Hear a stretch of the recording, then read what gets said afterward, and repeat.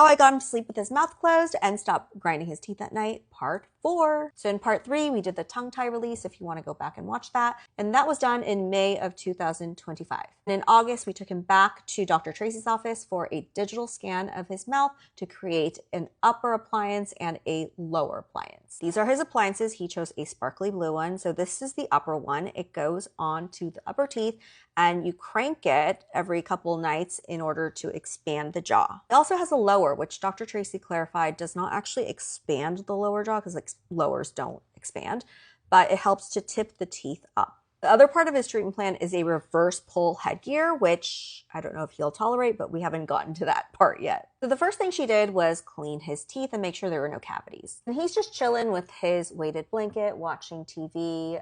He's watching a show that I reserve for these moments. Here's how the actual cementing went, if this helps anybody. She first cemented the upper, and that was like easy peasy. He didn't even really notice that very much was happening. But when she went to go cement the lower, he started like fidgeting. And she kind of warned me about this because the cement is slightly sour. So when it goes on the lower, they can taste it faster. So once he started tasting it, she had to work fast, which they did.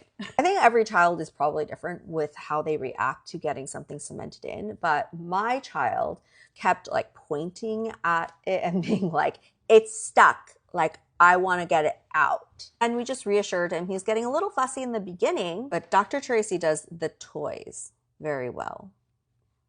And he was fine. The aftercare is a doozy. First of all, you have to clean these appliances a certain way because their mouths are like adapting to having it in, so a lot of food gets stuck in the beginning. Dr. Tracy actually showed us how to use these Proxa brushes to clean everything out, but the water pick is also going to be clutch. And what we do is wrap him up in a towel so we could just make a huge mess.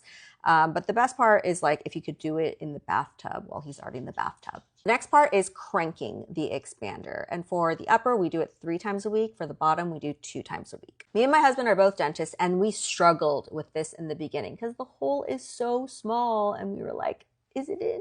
Like, and he was not very happy about it. But after a week, he was chilling.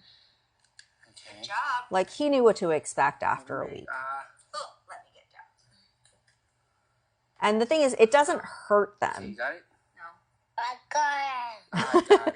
He's such a trooper. Okay, I'll turn it. Here's what I've noticed in the last couple weeks since we started this. He sleeps through the night into the morning, which for a while he was coming to our bed in the middle of the night. Like he'd wake up at like 2 a.m. and come over to our bed and crawl into our bed. And sometimes he still does that, but not as much anymore. I think the most important thing is I've been checking on him when he falls asleep and in the morning before I go to work.